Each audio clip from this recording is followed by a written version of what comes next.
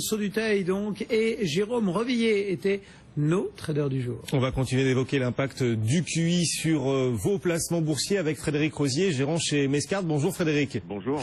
Bon, un CAC 40 qui, on le disait à l'instant avec les traders, s'envole encore à des plus hauts de 6 ans et demi. Vous pensez que la tendance maintenant sera haussière et continuellement haussière pour les prochaines semaines ? Je sais pas. On va lancer la caisse. Non, il reste toujours quand même pas mal d'interrogations. On l'a vu par exemple sur la publication de Thales.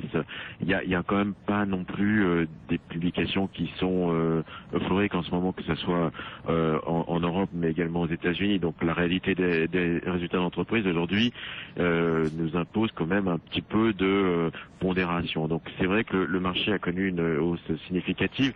On avait quand même largement anticipé le quantitative easing puisqu'on a eu le mouvement sur les financières qui s'est bien dessiné ces derniers jours. Le secteur automobile est un secteur aussi qui est encouragé par le quantitative easing. Statistiquement, c'est celui qui en profite le plus d'ailleurs. Ouais. Et Carlos Ghosn, hier soir, après l'annonce du QI, a relevé les prévisions pour Renault. C'est normal. C'est toujours comme ça que ça se passe. On se rappelle notamment l'impact sur des quantitative easing aux États-Unis. Donc le secteur automobile en bénéficie le plus. Le secteur bancaire, financier au sens large en profite largement. À l'inverse, c'est vraiment les secteurs défensifs qui sous-performent. Je vous l'avais dit hier, mais je trouve que ça se confirme encore plus aujourd'hui. On voit encore à la traîne, par exemple, des valeurs comme Air Liquide, par exemple, et on voit bien ces valeurs-là sont plutôt en dessous des indices. C'est tout à fait logique. Donc après, est-ce que oui ou non on va continuer sur la hausse?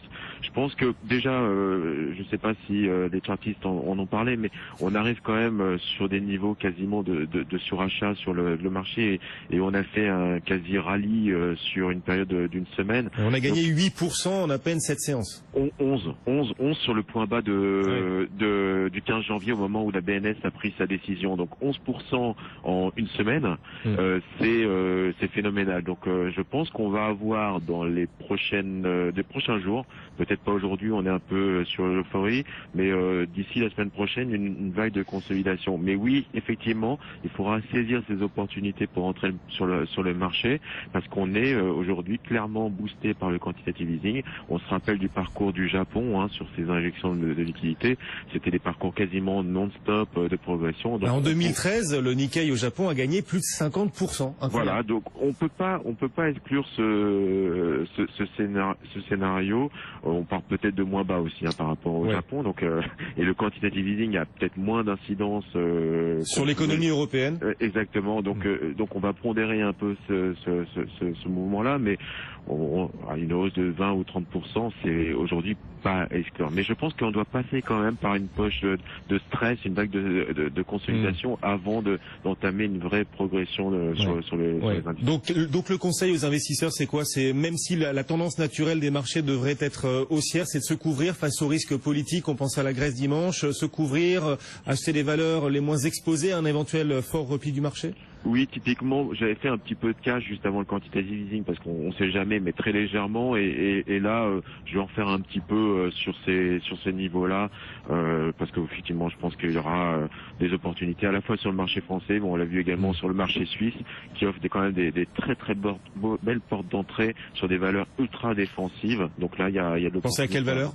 Je regarde le secteur de la santé aujourd'hui, qui est sur Roche ou Novartis, qui a quand même bien consolidé. Donc là, je pense que c'est une opportunité. Le secteur du luxe avec Richemont notamment, ça c'est des sociétés qui ont un pricing power et d'ailleurs qui vont imposer une remontée des prix pour compenser la déperdition due aux francs suisses. Donc voilà, je pense qu'il y a des opportunités aujourd'hui sur le marché suisse si on a le sentiment d'avoir raté la hausse sur le marché européen, sur le marché européen en général. Ce qui montre quand même que cette hausse est artificielle. C'est normal qu'elle soit artificielle. Elle provient d'un QI. C'est que vous conseillez pas mal de secteurs de valeurs, mais pas forcément les valeurs cycliques. Les marchés qui montent sans croissance. Oui, c'est ça la difficulté, parce qu'on pourrait avoir notamment au gré des publications d'énormes déceptions, donc il faut faire quand même attention. Je pense qu'il faut être un peu plus global sur cette hausse, pas forcément tout axé non plus sur les valeurs cycliques, même si c'est normalement elles qui devraient en profiter le plus. Ouais. In fine, en bout de chaîne. Merci Frédéric Rosier, conseiller de gestion privée chez Mescart.